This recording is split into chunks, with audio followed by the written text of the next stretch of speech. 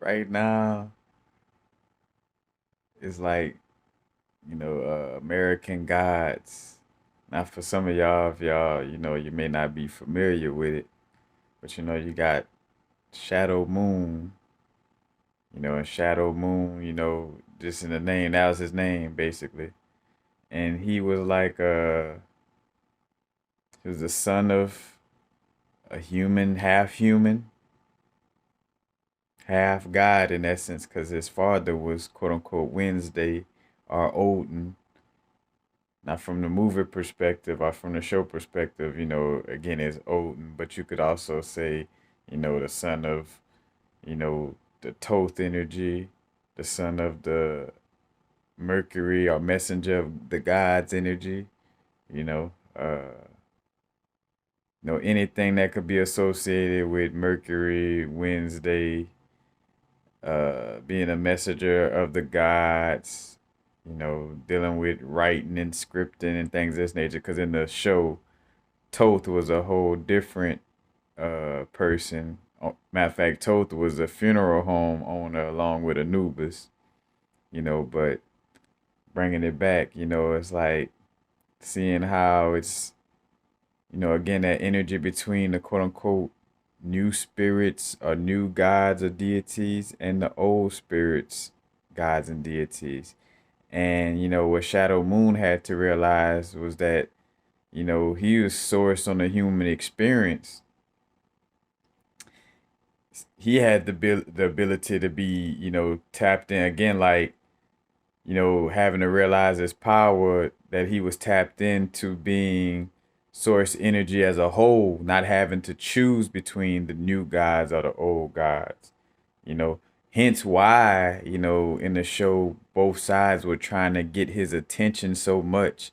It's funny, it was like to say that he wasn't considered a god along with them, you know, it's like that where you had to read between the lines, as far as like, he must had a lot of power or more power than he knew he had because the guys were constantly trying to get his attention, And I think about, in our experience on our growth, you might have like, old spirits or energies or, like that ancestral energy or in general just old, whether we want to call it egregors, spirits, but it's like this energy that's trying to hold on to the past, trying to get our attention. Like, let's keep things to, and let me not make a voice like either one is good or bad, but I like to do that little voiceover thing. It's like, let's keep things in the old way of doing things, a traditional way,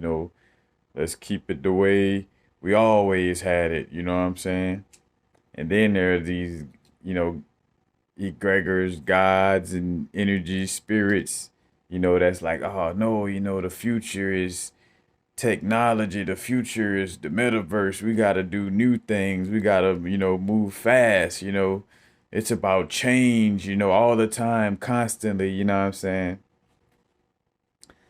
So you got those two types of energies in essence. You could almost look at it as the yin and the yang, or like, like the old gods, quote unquote, is more so connected to the mother energy, like the water and the earth energy, because earth has to deal with, values, in essence, ancestry.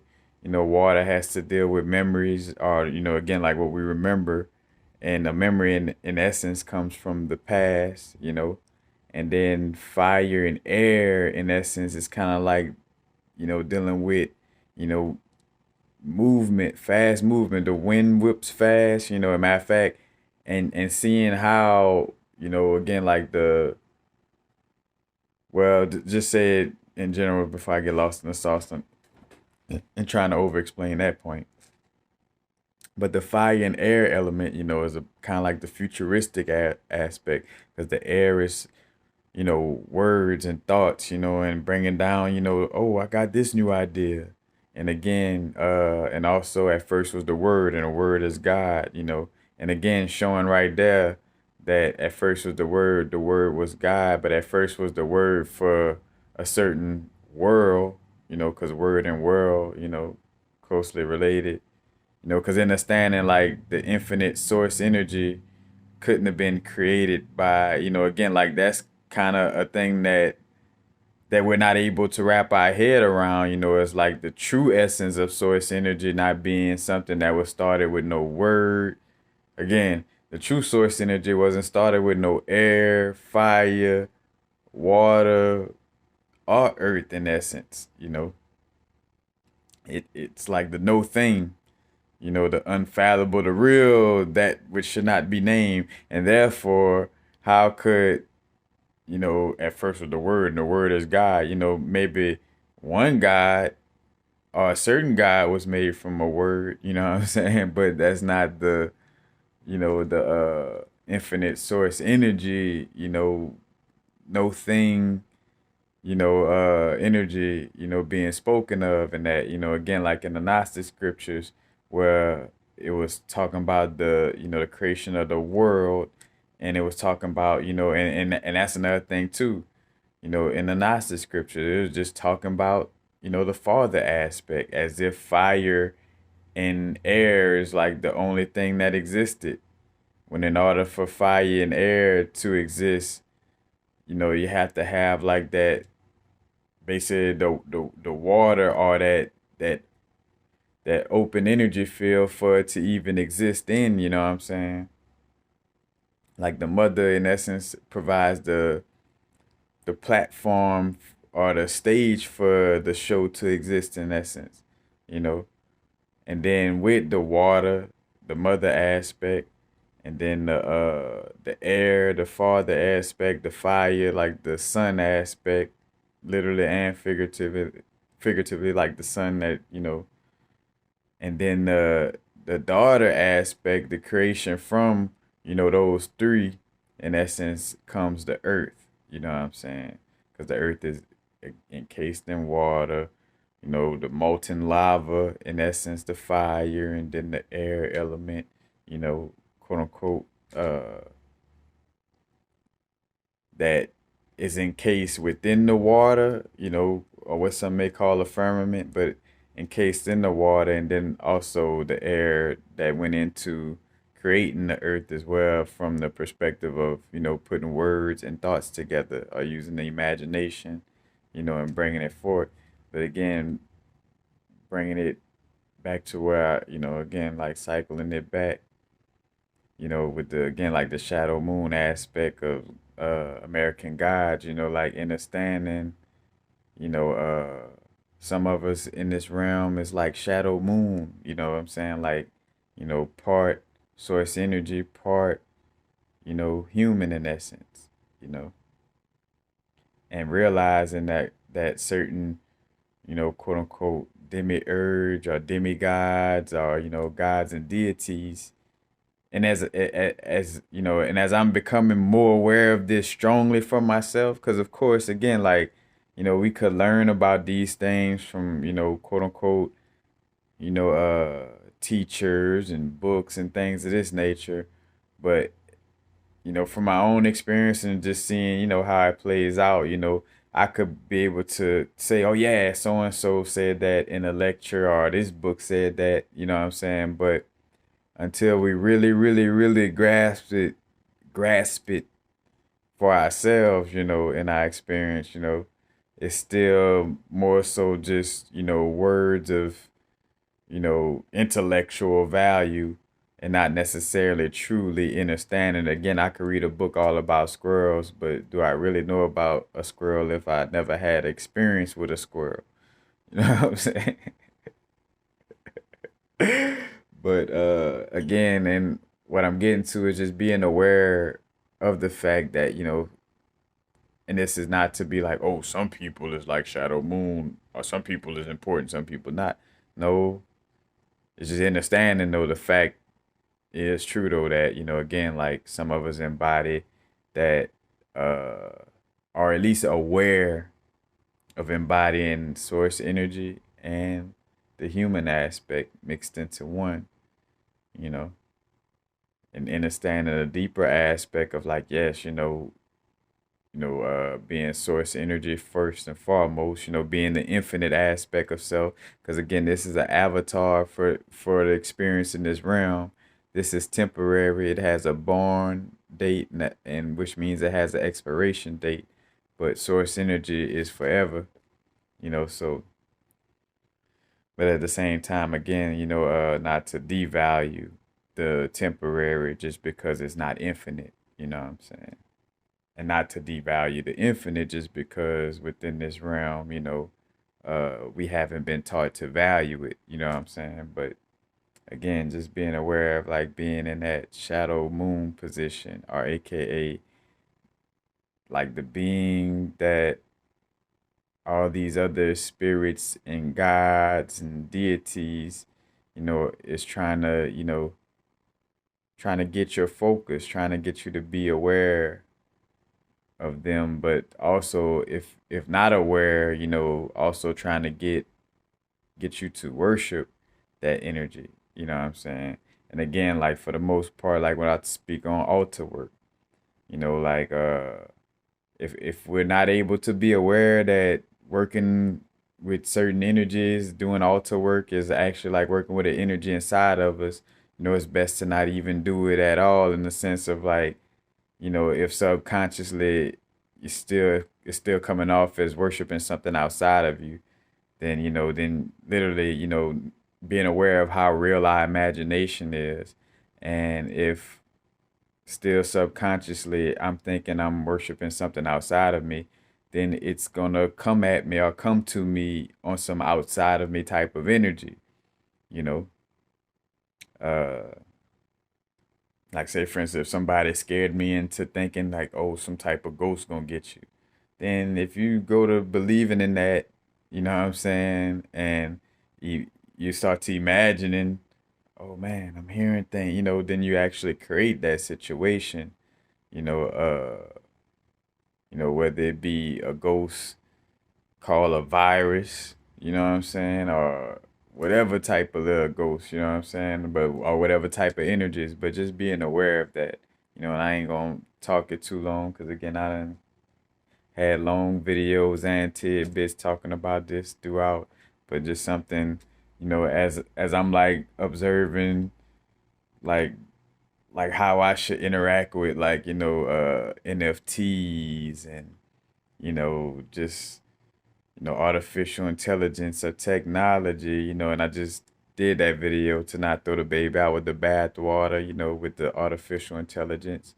because I do feel again like with everything, it has like this balance or moderation, you know, and if I got extrasensory perception, I'm not gonna, oh well, I'm gonna just depend on a robot for this technology. Like, no, I got technology myself. At the same time, I'm not going, it's like that awareness to, again, like to not worship these things. I could work with these things, but everything in moderation.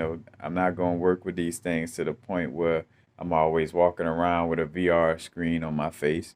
And that, again, that's a me thing. You know what I'm saying? Like, because the other thing with sharing insight, and you start to realize we all working from a place of how our perception, beliefs, and like of course we tapping into source energy, but for the most part we still got little energies of, our perception coming from, you know, our own unique experience, let's say, from that, because it's not necessarily, you know, subconscious programming or human programming from us coming up, more so just, a unique perspective due to our experiences up until this point. So although being source energy, on a human experience, or source energy that, again, is neither one side, it's not just yang, it's not just yin, you know. But through our experience, some of us, have perspectives where we like, all right, I don't want to get too close to the yin as much as the yang. I don't want to get too close to the yang as much as the yin. We finding our own little balance in it, but at the end of the day, finding some form of, you know, uh, equilibrium and equanimity. Because as you know, as bringing up the technology aspect, realizing to be aware that that's more of the masculine aspect of being, and that's something that has always been pushed in this realm more than anything. So in essence, when we tap, like that's why I said not to make the past or future seem good or bad, because again, like we're tapping into the mother aspect or the earth and water, remembering that that has been the energy that has been denied, for the longest. So in order to create equilibrium, on a scale where, again, like if you're familiar with the little Libra scale, not the one digital scale you stand on, but like the little Libra scale, like pictured in the wand of the heart with the feather, you know, the heaviest thing gonna be, this low, and the thing that's light gonna be, so if it's been heavy on the masculine side and light on the feminine. Again, I done said this a bunch of times, but again, if I put the same amount of weight, so the scale's like this, masculine, feminine, and I put the same amount of weight, I put 20 pounds on each side, what happens to that scale? Nothing. It stays the same. I put the same amount of weight on each side, and that still has everything off balance. So in order to balance that scale out, it's like, all right, I got to put a little more weight on the feminine side, you know what I'm saying? And again, this doesn't mean that we're going to a place of extreme feminine, again, it's like a balance. I'm just put enough on the scale, almost like, now almost like that little scale that they would use at the doctor's office, you know what I'm saying? Where they kind of had to like, wait, tip it this way, wait, tip it that way. You know what I'm saying? It's like, had to find that little balance, you know what I'm saying?